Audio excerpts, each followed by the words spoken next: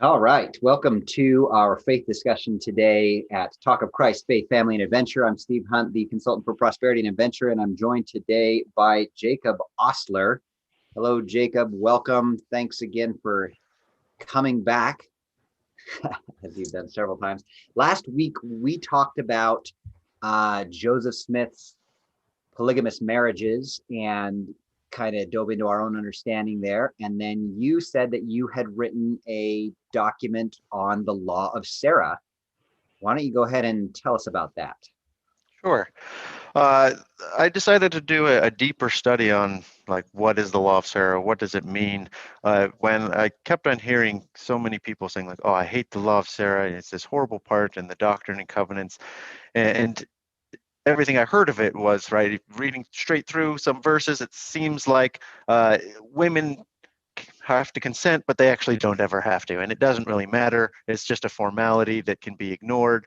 And I thought that doesn't make much sense. Why would you even put consent as any part of anything in there? And so I decided to go through D&C 132 more or less with a fine-tooth comb and parse out like, okay, what is this law of Sarah? What's actually being said here? And right, granted, this is scripture, and so this is my interpretation.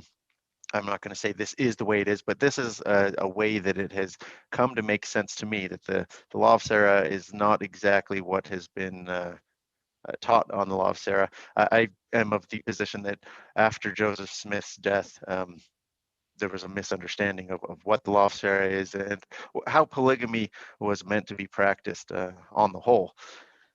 What's the general understanding to start with that Yeah, people have had that you think is false? so the general understanding of the law of Sarah is kind of what I've summarized there. Is that there is a law that a man must seek consent from his wife and teach her the doctrine of plural marriage. And if he's taught her the doctrine of plural marriage and she doesn't consent, well, that was good enough. He's exempted because he wants to have another wife. Well, there's actually a bunch of things at play here, but I think it's conflating. Just in any case, it doesn't matter. A woman can never refuse a plural marriage because her husband doesn't have to get consent according to the law of Sarah anyway. So that's what most people believe. That's what you think is false, is this idea. You got to get consent, but if you explain it to them, to your wife, and she doesn't like it, then you don't need consent anymore. Which, yeah, okay, doesn't make any sense at all. Then yeah, consent is pointless or is not necessary with this law of Sarah, saying Sarah being Abraham's wife. Correct. Sarah just needs to live the law of polygamy. As long as it's her husband's explained it to her, she doesn't really have a choice at all, right? Correct. That's what people thought it was for the last almost 200 years. Yep. that, That's but the way it's but been understood. That's the way it apparently was practiced in everything that I have read about plural marriage when it was, I would say, after the death of Joseph Smith, right? It seemed that this is the way that during Brigham Young's tenure as a prophet and the apostles, this is the way that they approached it, is that, hey, if consent isn't given, that's okay. You're exempt from the law of Sarah. So all right, go ahead anyway. but Jacob Ostler, after a couple hundred years, is going to clarify this law for us. Yeah, I'm going to put it down and be like, y'all got it wrong. All right. That's fantastic. I hope we do have it wrong. So do you want to look at the document that you've written, or do you want to just look right at the verses in D&C 132? Which would you prefer? Well, so I'm going to be looking at the document that I've written. You can go ahead and pull that up. All right. So I think here that is that would be useful to share because I've cited the verses in there. I don't cite the whole thing. I have been meaning to maybe at some point go through the whole of D&C 132, and I think I kind of get at the heart of a lot of the misconceptions on what's going on in D&C 32 because there's more than just the law of Sarah. But with the time that I've had, this is what I've been able to write down. all right. So in this paper, I start out with, hey, we're going to put the law of Sarah in context. And I was like, well, what is the law of Sarah? Where does it come from? It's only mentioned, right, a law of Sarah in D&C 132, but it seems to be based on the biblical history or story that we have of the situation with Abraham, Sarah, and the servant Hagar, where Sarah is barren, and then she gives Hagar to Abraham to be his wife that can bear children. And so he more or less has two wives. And then this is taught throughout D&C 132 of one example, and then he uses some other examples, the Lord being giving the examples of, Solomon and David and others that practice polygamy. But that's where it's pointing to on the law of Sarah. Right. And so what I do is I first go through, okay, that's what we have. That I did some studying, and some people were saying, hey, what was going on with Sarah and Hagar is actually, part of this ancient code of Hammurabi, which would have been the law at the time. It's one of the first written laws, right? Where humans said, hey, this is something that we're going to abide by. And I go through, and we don't have to go through this in detail, this portion. I go through the Code of Hammurabi. There are some parts of it that appear to be similar to the situation of what was going on with Hagar and Sarah and Abraham, but I don't think it's a 100% fit. And when I look at it, it's definitely not a fit for what's going on with Joseph and Emma. Mainly the reasoning that I give at the end is the big glaring one is Emma wasn't barren, right? She's the only one that we have conclusive evidence for Joseph having any children with, and so it's actually the opposite. She was quite fertile. This Code of Hammurabi, you're saying that section 144 says a barren wife may give her husband a handmaid, and if the handmaid bears children, the husband may not take a second wife. And it says in section 145 of this code that if a husband has a barren wife, he may take a second wife, but she will not be equal to the first wife. So those are your options. If your wife is barren back then in the Code of Hammurabi, according to the Code of Hammurabi. Yeah, so the law was the wife could either give you a handmaid to bear children, or you could take a second wife to bear children. But in neither case was the second wife or handmaid, superior to or equal to the first wife. Right. It wasn't meant to be like a plural marriage of, hey, I'm going to live with both of these wives. It was appeared to be purely for the sake of being able to have progeny, right, to have children. All right. And so then you point out that in D&C 132, verse 34 mentions that God commanded Abraham and Sarah gave Hagar to Abraham to wife. Okay, and this is an important piece because it says in D&C 132, God commanded Abraham and Sarah gave Hagar to Abraham to wife. And why did she do it? Because this was the law. And whether that's talking to the law that God gave them or maybe even the Code of Hammurabi is what you're saying. Correct. I don't think you can make a super strong case for the Code of Hammurabi. I think it's more the law of the priesthood or the law that was given by God. I do not think that the law that is being given there is the law of Sarah per se. Mm-hmm. Okay. All right. And then you address this biblical pattern, which I mean, it's not just in the Bible. This is in all laws. I've been spending all morning reading laws, and if then is, is general legal code sections. If you do this, then this is the consequence, right? Correct. So a lot of Joseph's inspiration ties back to relation with the Bible, and that's why I tied this to a biblical pattern. This is something that we see specifically in the law portion, right, in Leviticus of the Bible, where we have, hey, this is laying down, if this happens, this is what's going to happen. If this happens, this is what's going to happen. And interesting enough, what do we see in Doctrine and Covenants 132 when we're going through different scenarios, not even talking about plural wives, right? At the beginning, we're just going through the various levels of marriage when it comes to, is this something that is done by with the authority of God, or is this just something that's done with authority given in the world, right? And if it's this type of marriage, then this happens. If it's this type of marriage, then this happens. And so this is a pattern throughout the section. If a man marry him a wife in the world, not by me or by my word, then their covenant of marriage are not of force when they're dead. If a man marry a wife and makes a covenant with her for time and for all eternity, if that covenant is not by me or my word, then it's not valid, neither of force when they're out of this world. If a man marry a wife by my word, which is my law, by the new and everlasting covenant, and sealed unto them by the Holy Spirit of promise, by him who is anointed, unto whom I have appointed this power and the key to this priesthood, then of course it has effect after they're dead. Then shall they be gods because they have no end. And so this is where we get eternal marriage in the temple, sealing covenants. Okay. All right. Exactly. Okay. And it's all if then. If they do it this way, then it's not a force. If they do it this way, it's not a force after they're dead. All right. Exactly. Yep.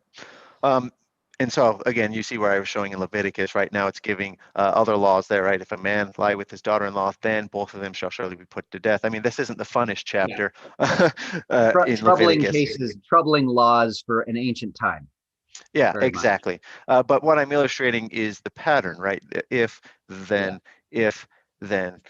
Something else to keep in mind when we're going through this, though, because I think this also colors other verses that I don't really highlight here, but get into the dealing specifically with Emma. This isn't a revelation that was received for the church. This isn't something that Joseph really ever expected to be viewed by everyone in the church. This is a specific letter written to Emma. So maybe I need to provide a little bit of context here. Yeah, because there was Hiram saying, "Why don't you give me the revelation? I'll take it to Emma, and I'll convince her of the truthfulness of it." Right? Is that what you're referring to? Exactly. Yeah. Yeah. Hiram was very against polygamy to begin with. And even when we know Joseph was most likely practicing polygamy, Hiram was unaware of this, right? And we had the article on marriage that was part of the Doctrine and Covenants that was stating, hey, there's only one man, one woman. But when Joseph has a chance to teach Hiram, he does a complete 180. He's 100% on board, which I think speaks to the type of teaching this is. It's not something where, I mean, people usually don't just 100% on their moral compass if they think that this is something that is someone that's just doing something wrong. So yes, Hiram becomes a 100% supporter because it made sense to him the way it was described to him. And so what he does is he says, hey, we can do something like this for Emma, right? You just write down the revelation. I will give it to her, and it's just plain to see, right? It worked for me. It will make sense. Right, right, Joseph has something to say in some of what he says as well. You don't know Emma like I do. Nevertheless, he says, okay, let's give it a whirl, and they write it down. Oh, yeah. He thinks, okay, yeah, let's give it a try, right? We'll see what you can do. So yeah, and then so this revelation, as you're saying, was essentially written down at the time for her, and generally, if he was practicing it at the time, and maybe getting to the point where others might practice it, but in general, it wasn't going to be probably a widely practiced by everybody in the church type thing. At any rate, and this revelation, like you say, wasn't included until much later in the Doctrine and Covenants. Right. Maybe he viewed it at some point, and we have some quotes that are attributed to Joseph Smith, right? They're secondhand, but of people saying, Joseph kind of alluded to when we get out west and we're kind of able to practice things on our own is when this will be a little bit more widespread. Evidence points to, right, in 1839 and 1840, which is before this revelation was received in 1843, that there were other polygamy insiders. I don't have the exact names, but I believe that Orson Pratt and some others had already taken a second wife. It wasn't something that was being hugely and widely practiced, but it was. And we had a whole nother video for those who are watching where we discussed, kind of our opinions or thoughts about things. We've had discussions about whether Joseph was doing this to. I mean, there. You mentioned Brian Hales, and Brian Hales does a whole lot of research and has written 3 volumes on Joseph's polygamy and reasons for why he restored that practice, that ancient practice. And Brian Hales very much argues that it just really couldn't have been for Joseph's libido for several different reasons, and he had other things. But also, you and I have discussed for a long time, you were convinced that Joseph probably actually didn't even engage in sexual activity with some of his plural wives. I still think that's possible because of the evidence, but at the same time, Brian Hales really thinks that he did, and there's a lot of evidence saying that he did. And anyway, I just want to point out there we've had this whole discussion already about Joseph's practice of polygamy. You can go ahead and watch that other video for anybody who cares. And yeah. Sure, let's get but bring it to back to the revelation. All right. yeah. So what I think we're getting here is a mixture of something that again might have been revealed in some shape or form as early as 1831. I I think the evidence shows, right, because we have a lot of these personal elements directed towards Emma. This is not the exact revelation that he received For himself or for the whole church at for any given himself or time. for the whole church. Yes, I think this is something that has been building up over these years, and it's a collaboration of everything kind of coming up to this point with a specific evidence on a personal letter to Emma. All right. So What are in these that verses? context, so what I do then is we go to where we have the law of Sarah mentioned, and we only have it mentioned once, and it's at the end of verse 65. And so what I have found is a lot of the misconception, or at least what I perceive to be the misconception, comes from taking two different if-thens and mashing them together and saying this is why consent and the law of Sarah, right, are understood the way they are. But the way we read it, if we look for the if-thens, I see that we actually have two different scenarios that we're looking at. One is talking about when a man, and this is just any man pertaining to the law of the priesthood, desires to espouse another. And I Yeah. make In a fact, clear distinction if between. I were to highlight this section here, I'd bold that any man, I mean, this is anybody, right? This part. Yep. Anyway, keep going. This is verse 61. Keep going. Yeah, and so I highlight there's a difference between when you're desiring and then when you're being commanded to espouse another. So this sounds like it's more general, right? If anyone desire to espouse another, and first give her consent, and he espouse a virgin, right? And it talks about okay, then they're good and they can't commit He's adultery justified and because this is fine. And exactly he's it's justified with interesting. the consent. It's interesting because we live in a world now where all kinds of non-traditional marriages are being just totally accepted and fine, in the world. And if the world thinks that given consent and the proper care and proper people are taking care of each other, providing that husbands and wives are working together providing for their kids and nobody's being abused and so on and so forth, then all kinds of non-traditional marriages are okay. Well, here we have a verse in 61 that seems to indicate that if a man desires another wife, which most of us are like, what on earth? Well, and also according to the law of priesthood, right? So this is saying when this is something that's being commanded, or right, this is something. It's not just at any time. It's like, oh, I deserve a second wife type of thing. That's right. In accordance with the law, when the law of the priesthood exists and is when this law is approved by God's law, that's right. And then, but in this particular case, it is possible for someone to desire, and then if that man has the consent of his first wife, and then everything, like we just said, is above board, consensual, and he's going to be providing for his new wife and their family and whatever, then this is in accordance with the established, quote, law of the priesthood, if it's approved at the time by God's servants and so on and so forth.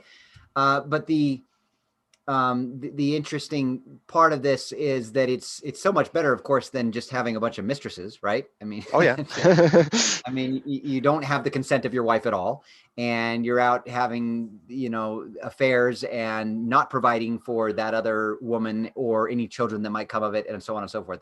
This anyway, and that's been discussed elsewhere too. Let's get back to the scripture here, to what you're reading from, but I'm just pointing out that this was 200 years ago saying consent. You need consent. Yep.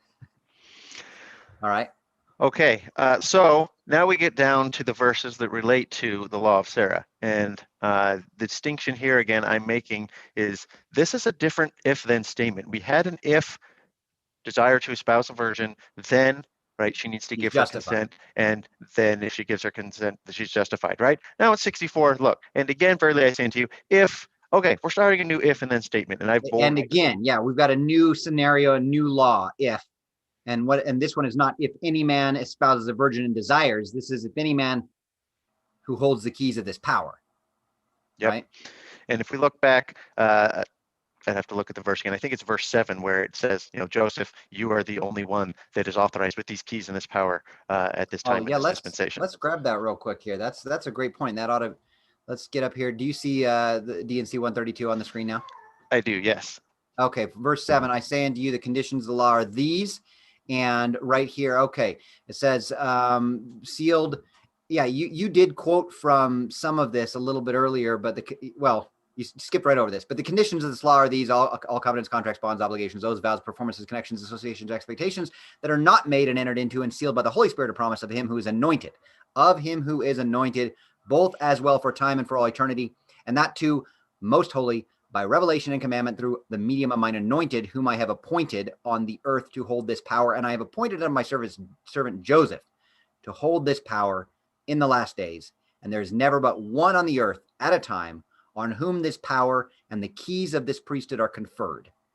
And then if you don't have that done, then all those covenants are of no efficacy, virtue, or force in and after the resurrection from the dead. For all contracts that are not made unto this end have an end when men are dead.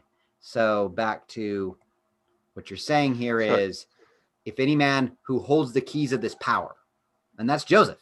That's Joseph. According to verse 7 in the same section, it's Joseph and only Joseph at this time, right? And there's only one man on the earth, right? According to when this was received. So you're saying this if then for verses 64 and 65, because the then doesn't come until verse 65.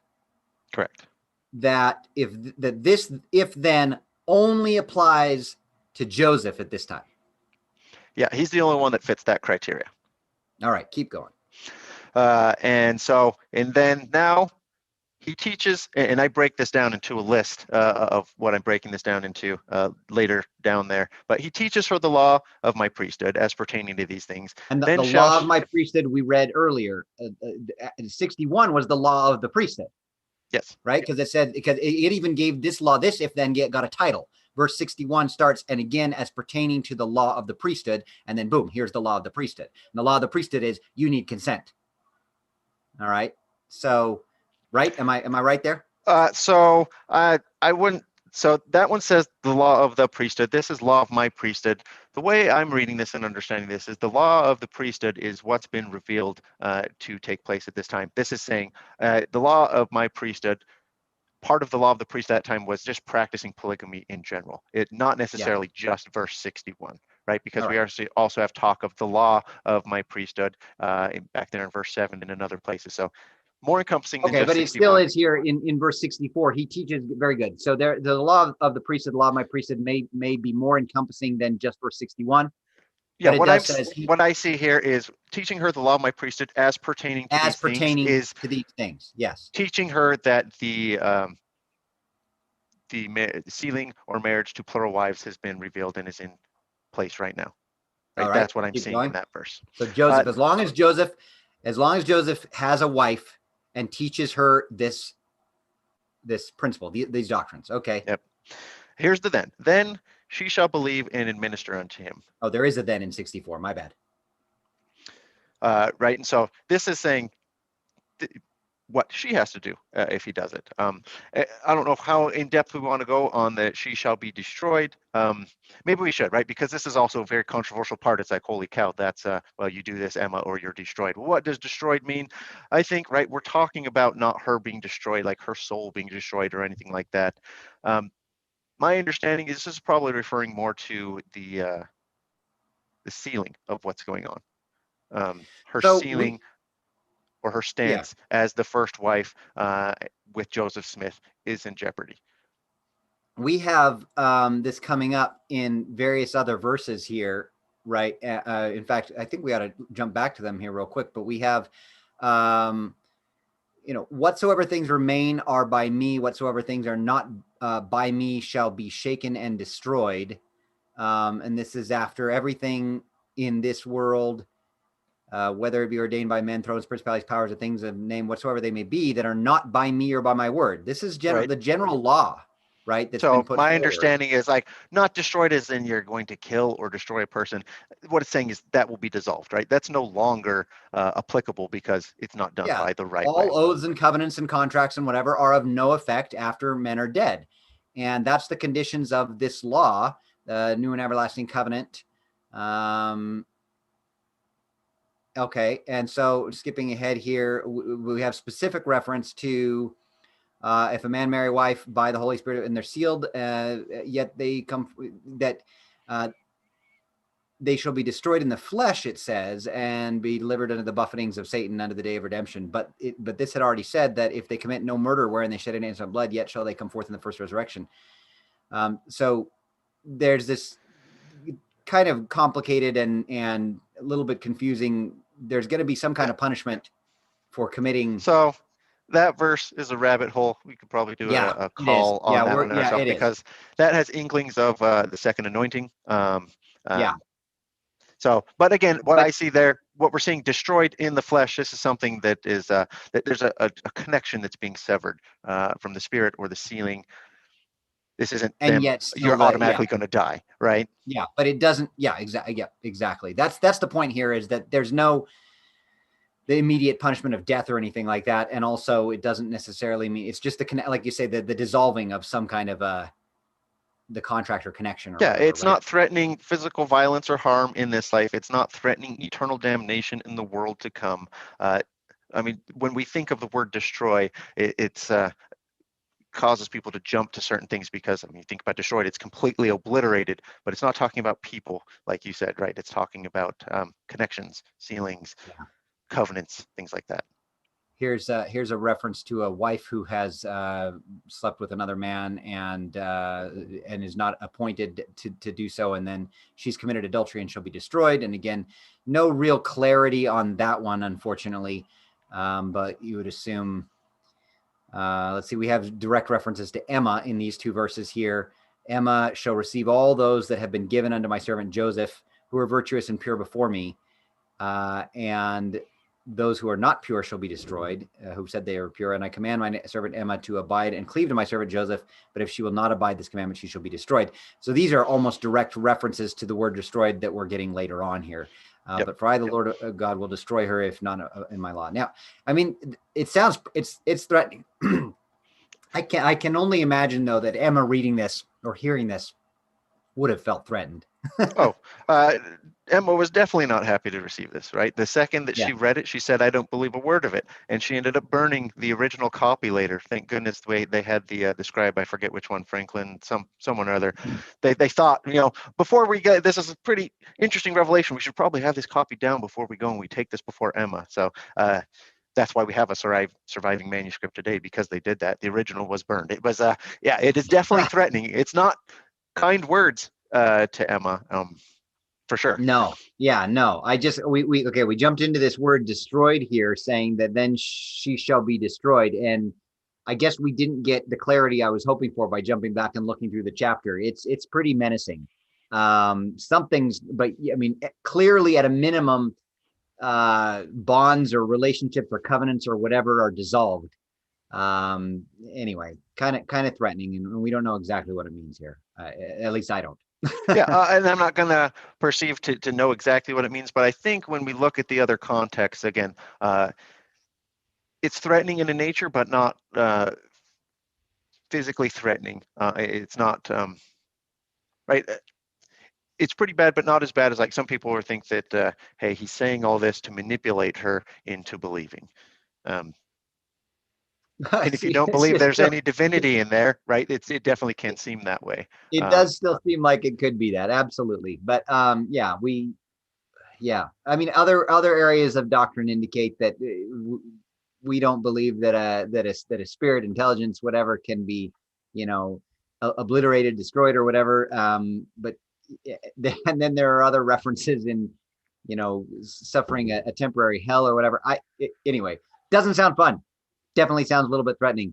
Definitely not a fun experience, right? She says, I think just what I wanted to get across there is, but he's not saying like she will be killed or anything on this, or it's not a physical threat on her life. I think that's clear. Yeah, it says God will destroy her. That's clear too. For I will destroy her. There is no punishment of death here. There's no penalty of death in this moment if you don't accept the law. That does seem fairly clear. So all right, so but it says that if Joseph, again, this 64 and 65 we've determined only applied to Joseph at this time. And this applies to Joseph and Emma, because of and Emma, because she's the first wife, that would be the one that he needs to teach the law of the priesthood Yeah, to. and I would argue that let's assume for a second that the ancient patriarchs practiced polygamy. I think we're clear to assume. Let's assume next that as part of the restoration of all things, Joseph actually had a duty and a responsibility and a commandment to reestablish and to restore this practice of polygamy. Just given those things, then we also can assume that that would be a very challenging doctrine to restore, and that if he required consent as given earlier in the verse 61, essentially the law says anybody who wants to participate in this law, desires, like you said, has to have consent of their wife. And given the fact that Joseph must restore this law, if we assume that for a moment, he's going to very likely be unable to restore this law and practice it if he has to do it only with the consent of his wife, because he lives in a world where his wife and those around him are absolutely not going to consent. And so there's this single exception carved out just for the one who's restoring all things. And yes, it seems very convenient. Yeah. Joseph has this exception given to him where he can practice this law essentially without Emma supporting or participating or administering or being a part of it, because he has to restore all things and he has to practice this law. It's very convenient for Joseph, but what's interesting is it is not as convenient for all the other men who chose to use this as some kind of an exception later, is what you're saying. Those who thought, well, I can use this convenient exception and practice this law without the consent of my wife. We've read in here in verse 64, only Joseph, because he has to restore. I mean, we're assuming this is a reason, because he has to restore this law. And okay, let's keep going here. So then she then is required to believe and administer. Yep, those are the words that are used. She's required to believe and administer. Right, and then I'll just go ahead and read verse 65 there. Therefore, it shall be lawful in me if, right, here's another if we're getting here, if she receive not this law, for unto him to receive all things whatsoever I, the Lord his God, will give unto him. So this is talking about not, again, this is more under commanding. This is God giving, and you're being commanded to do this. I'm giving this to you. This is separate from Joseph desiring. I, the Lord God, will give unto him, not Joseph or any man desires. Yeah. Right, exactly. And so because she did not believe and administer unto him according to my word, she then becomes the transgressor, and he is exempt from the law of Sarah, who administered unto Abraham according to the law when I commanded Abraham to take Hagar to wife. So I'm seeing this right here is, to me, tying anytime there's mention of Abraham and Sarah and Hagar, it's that God was commanding them. Let me preface that with actually in the Doctrine and Covenants in D&C 132. We have no mention of anyone being commanded in the biblical record that we currently have. You look in Genesis, it just says that Sarah gave. So this appears to be fleshing out a bit more on how that goes. But anytime in D&C 132, when we're talking about Abraham and this situation with Sarah and Hagar, it talks about God commanding it. Right here in verse 34, God commanded Abraham and Sarah gave. Yep. God commanded Abraham and Sarah gave Hagar. So there was the commandment to Abraham, you need to take Hagar to wife, and Sarah administered or gave. And then we have back to this verse here, the reference and in 65 here, God is saying, hey, I've already given it to him. You need to give, right? This is part of the command, because this is like when I commanded Abraham to take Hagar to wife. I commanded Abraham, and Sarah administered unto Abraham when I commanded Abraham, and then yes, who I will give. So we have this scenario, and I'm going to go ahead and we have only 2 mentions of Sarah in the entire D&C 132. There's the one where God commanded Abraham, so Sarah gave, and the one where we call this the law of Sarah. Yes. So that tends to lend this idea to the law of Sarah, being that if God commands the one who has the keys of this priesthood power to take another wife, then the law of Sarah is Sarah, or the wife, shall believe and administer and give, or part. And then I go down more in depth here on what believing and administering means. But yes, so essentially we're breaking this into 2 different scenarios: consent in the first one is never exempted. If you desire to take a second wife and it's not a command, you have to get consent. And if you don't, you're Anybody, not any following. man, Any man, So, yep, that's been taught this. this is condemning all those who over some, decades after the prophet Joseph desired to take additional wives and sought an exemption or an excuse through what they thought was the law of Sarah when their wife didn't consent. And they said, well, you have to. I taught this to you, and now I get to practice this law, and you need to administer and give this wife to me.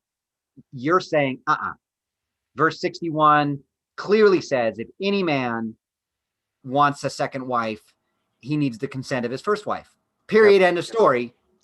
And now the only exception is for Joseph, or perhaps we could say anybody else who has the keys of this power, but it was very clearly for Joseph. Yeah. And potentially, Brigham Young after Joseph is killed, if he's given, right? If he receives that revelation and he receives those keys, then potentially he could have been another one, right? Yeah, he could have had this exception allowed to him. But again, it's not just if you have the keys and you're the one person who has those keys, but also God has to command you to take another wife, and God has given you this other wife. So this exception, when you essentially, and I'm saying it as it sounds to me like don't need consent, you like to be very specific and say don't need her to administer to to believe and administer. Yeah, so right. A distinction I make is, so it's interesting, we have consent mentioned in verse 63 there. It doesn't mention 61. Consent in 64, yeah. 61, yes, in 61. However, in 64 and 65, there's no mention of consent. The only mention we get is believing and administering. And what I bring from that is, right, maybe there could be some wiggle room on what exactly, I don't know. I wouldn't use the word consent just because it's not used there, but it's kind of the same feel, right? Whether she agrees with this or not, whether you have permission or not, right? She's not believing and administering. Unfortunately, you've been commanded to do this and you fit this profile, so you got to do it. There you go. So in summary, anybody who wants to, when it's appropriate, when it's approved by God and his servants, when plural marriage is allowed among the children of God, and we see from the Book of Mormon that if God will raise up seed, then he will command it, right? That's what we get from the Book of Mormon. So when that has happened, then men can sign up and say, I will help raise up seed. I'll do this. I'll take another wife, if they're crazy enough to actually want to do that and provide for, and have all of the bickering and the jealousy that happens. And I do have friends who have been, in polygamous relationships, and it's a challenge. In fact, they look at it and say, this is one of the greatest challenges. And this is what we read through all of Latter-day Saint history, was that this command to those who were given it, they saw it as a massive challenge, as something that taught them. And also, yeah, we have plenty of records where it just didn't work. And there was abuse, and there are lots of reasons why this is a huge challenge and whatever. So I'm going to lay all that out there. But anyway, here's the point. If it's allowed and appropriate, then what we read here is, if you're going to participate, you need the consent of your first wife. You must have that consent, which, as I've already said, is 150 years before its time. The word consent that has now come out to be so popular. You need consent. And the only exception to that is the prophet leader who holds the keys of the priesthood, specifically in this case, Joseph Smith, who had to restore this law, and he's been commanded to take a wife, and maybe several later. And his wife does not want to believe and administer. Well, then in this case, she doesn't have to believe and administer for him to take that additional wife. He's been commanded. Right. And I like the point that you bring up. Should there have been a requirement for consent in this second case, that first wife says no, it never happens. Right. There has to be a point where it's like, this is going to move forward whether we like it or not, because otherwise you can't restore it if there's a gridlock there and she says no. So Yeah, I see what you're saying. You're saying that this is laying out a completely different scenario. The first scenario was plural marriage can happen under this one scenario in verse 61. It can happen where someone desires it, the law is established, and they have consent. That's one scenario where plural marriage can happen. And then the second scenario where plural marriage can happen is in verses 64 and 65, where, or if you happen to be the one I've called to restore this and I've commanded you to do it, then you go to your wife and you teach her the law and she does not believe and administer, well, then you still do it anyway. Yep. That's the second scenario. I get what you're saying now between those two different, and why you didn't want to use the word consent, because this second scenario of this is another appropriate scenario and situation for practicing plural marriage. This one doesn't mention the word consent at all. It uses just believe and administer. But again, this only applies to Joseph Smith, essentially. Exactly. And those that will come after him who are commanded. So even Brigham Young, it would only apply to him if God commanded him to take certain women as wives. Other than that, if Brigham's practicing this in an era when it's appropriate, Brigham also will need consent in the first paragraph, and he will not be able to do it without that consent. Exactly. That's why I say, it's a possibility that he could have fit that second level as well, but unless it was a command. And in the paper that I wrote there, I give some citations of here's where, right, we have language purported from Joseph Smith saying he was commanded to take, saying, hey, you've been given to me, right? It's using this language of it's not me desiring you, it's, hey, this is something that's coming from somewhere else.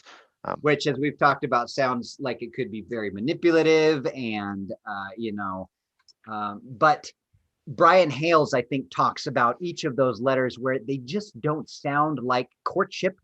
They just don't sound like I'm here to hope that you'll sleep with me. That's not the way to make this happen. And we've talked about how, there's very little, well, there's no evidence that Joseph Smith had children with any of his plural wives at all. I'd say there's no credible evidence. There's some people that port some evidence. I think we can discount it. One or two mentions that so-and-so had gotten pregnant or whatever, or had a child. But yeah, none of that is credible. And there's no, certainly today, there's no DNA proof. And nobody years later, decades after Joseph died, was saying, I'm a child of Joseph Smith. There was one or two people who were told that, but then there was one, Sylvia Sessions, and this is one where Brian Hill said, yep, this is like probably 90% that this is a child of Joseph Smith. DNA results have since found that to be not the case, and he's done a complete 180. He says, you know what, I was wrong on that one. That's 90% the other way. The one instance where someone was claiming to actually be a child of Joseph Smith, DNA says, nah, you weren't. Yep. And so anyway, whether he had sexual relations with his plural wives or not, there is some debate. Seems like most people say he did, but it doesn't seem like he was. This wasn't a courtship proposal. He was coming to them saying, I've been commanded to connect myself to you through this covenant of plural marriage, and then this would have applied, these verses that you're saying. All right, fascinating. None of this, I want to point out, is my tier one. We've talked about tier one and tier two beliefs. My first level of what I believe about the restored gospel, the 5 things that I believe desperately to be true. If any of the things we've said here are proven in some context to be untrue, or shown by God or revelation or proof or whatever, I don't think it does anything to my beliefs in God. I don't know if you want to say anything about any of that.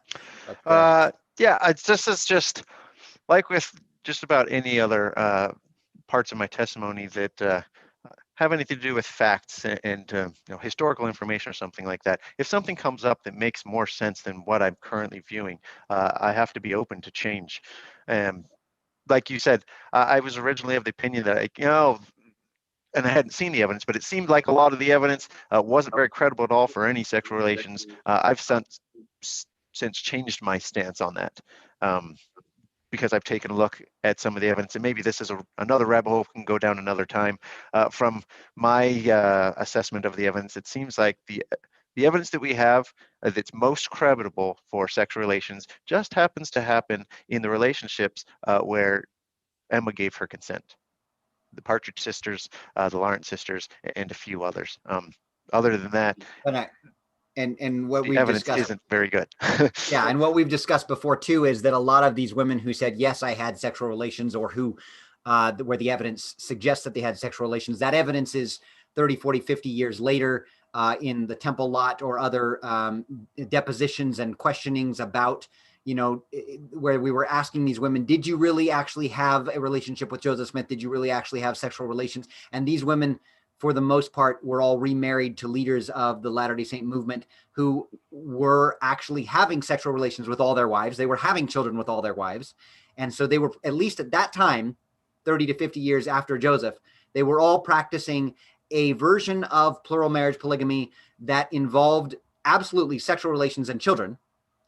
And whether that's the same version that Joseph was preaching and following or not, they now may have felt there's definitely a pressure on them to testify that the plural marriage they were practicing at that time was the same as the plural marriage Joseph had taught them 30, 40, 50 years earlier. And so there's at least reason to suggest that they might have, and testified for things that didn't happen because they were trying to say we're living that same law. And, anyway, For there's a sure. little Yeah, bit of it's another rabbit hole, but here's just some brief context, right? The Temple Lot case didn't even involve the LDS church at that time. It was actually between what was then the restored church, reorganized. Yeah, sorry, not restored, the reorganized Church of Jesus Christ of Latter-day Saints, now known as the Community of Christ, and the Church of Jesus Christ of Latter-day Saints Temple Lot. And they were saying, what's interesting is the Temple Lot, they owned the property. They weren't even practicing polygamy, but the argument was who can tie it back to the true church? And the LDS church found the modern LDS church found this as a way that they can come in and credibly say, actually, whether we're part of this or not, we can say that we are the actual true successors because of polygamy. And like you said, showing that the same polygamy that was being practiced currently in the early 1890s, that was restored by Joseph Smith, it was the exact same, was an incredible pressure. But they were thinking, hey, if we can show this as one-to-one, we can say, hey, this directly links Joseph Smith to us, and well, we're the true successors. So in my mind, that casts a decent doubt on the testimony as to whether or not we can absolutely believe that there were sexual relations, because of the other evidence that all of these, or many of these women, later had children. They weren't infertile. Joseph Smith himself had many children and wasn't infertile, and so somehow it just seems unlikely that he would have 40-something wives and no children from any of them. For sure. And if it was all about libido and it was a practice of his to sleep with all of them, someone would have had a kid. Of course. So. And again, I think it's very interesting that the relationships that we have, testimony for that comes before and closer in relation to Joseph Smith, testimony about relations, just happen to be those that had received Emma's consent. And the rest, like you said, the Temple Lot case is littered with who knows what, and they also are involved in the Temple Lot case as well. But it's just fascinating to me. It's like, oh, that's interesting. That seems to have more credibility than the others. Oh, look, it's one of the relationships that Emma gained credibility to. That is interesting because in that particular case, that is interesting because if Emma had given her consent, perhaps then that particular marriage applied under the first law, right? Under 61, where maybe Joseph actually did desire this wife. I don't know in these particular cases where she gave her consent, was he approaching those women saying God has commanded me, or was there more of a courtship? I'd be interested. I don't know if we have any details on any of that, but so maybe the Partridge sisters and the Lawrence sisters, looking at the evidence, we don't see a whole lot of variation. Any of the marriages that he entered into, he required that they receive a confirmation for themselves.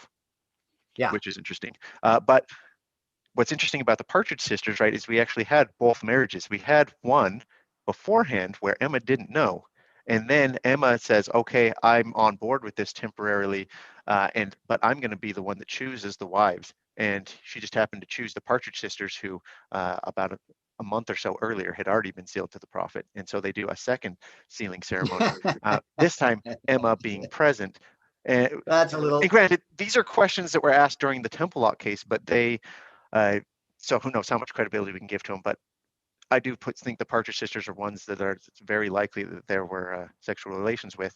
And part of the testimony that she was giving at the temple lock case is they said, now, during this first sealing, before Emma gave her consent, were there any relations? Did Joseph even so much as put his hand on your shoulder? And she said, no, right? There was nothing that happened with that until after Emma gave her consent. Again, very interesting tidbit. Right.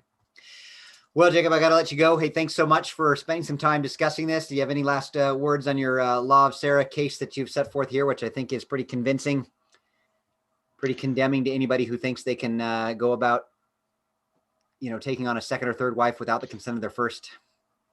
Yeah, maybe just a couple closing thoughts. First off, keep an open mind about things. If things seem really strange, don't be afraid to get into the gritty details and see, okay, can we make some sense of this? Again, I'm not saying this is the exact way it is, but for me, it seems to make a lot more sense than a God that's just like, actually, here's some consent thing, but yeah, you can really just throw that out the window. Second, I want to make it clear that I'm not judging.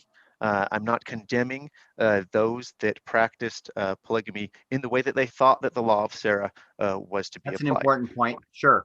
In Second Nephi, right, we learned that we're not held accountable for our sinning in ignorance. And so if they, to the best of their knowledge, like, hey, this is what we have revealed, this is the law of Sarah, and they thought they were justified, I don't think that they are going to be condemned Well, for I that. mean, certainly you and I are not in a position to judge them. God may be, but Sure, yeah, we don't know certainly. their thoughts and their hearts. There definitely could be some cases where it makes sense, but I think probably the vast majority of these men were I mean, to follow this principle in a time where everyone else is saying this is crazy, it would take immense sacrifice. Now, there might be those that were in there that were manipulators and just taking power to the system, but this is something that the saints believed would bring exaltation, and it was something that they believed at that time required for them is what was required. And maybe this is another teaser for another rabbit hole we can go into sometime. What's also interesting is it seems that the evidence that I've been able to find for those that received their second anointing when Joseph Smith was alive just also happened to be those polygamy insiders that that agreed to go with the practice. Well, those who denied it, one example, Sidney Rigdon, was never brought into that circle. Yeah, so that's and I appreciate what you're saying too about them believing, those who were in, we assume, an honest belief that this is required for my eternal life and exaltation based on what I read in D&C 132. I've got to practice this law. So essentially, they were feeling they had been commanded, whether or not the prophet Brigham Young said you should marry that person, which I'm sure he did in some cases, and in other times, whether they came to the prophet and said, I feel like I want to or should marry this person, and Brigham just simply approved it.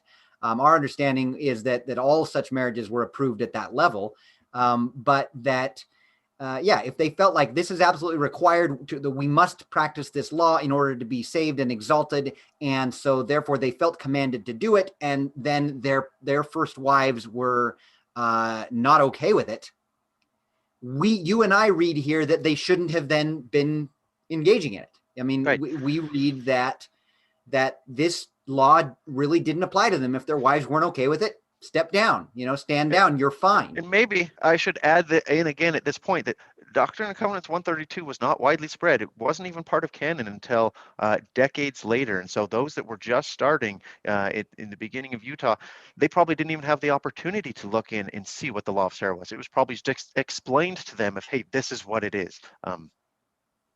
Very good point. And so, if they felt, without the benefit of looking at this actual text, if they felt like I'm supposed to practice this, I'm going to marry this wife, my wife won't agree, we've explained it to her, and then they felt like, well, I need to go ahead anyway. She doesn't want to do it, but I need to in order to be exalted, and the sin will be on her head. And now we look at it, you and I, and we say, that doesn't seem like what it says. That seems like an uncharitable way to go about it. But we're saying that Yeah, they were under different circumstances. Couldn't Yeah, examine it. I That makes understand sense. why you did what you did. Yeah, for us. All right. All right. Very good. Well, thanks again. Hope to sit down with you again in the near future and talk about maybe something other than polygamy. For sure. Sounds good. All right. Thanks for Be having me safe. on.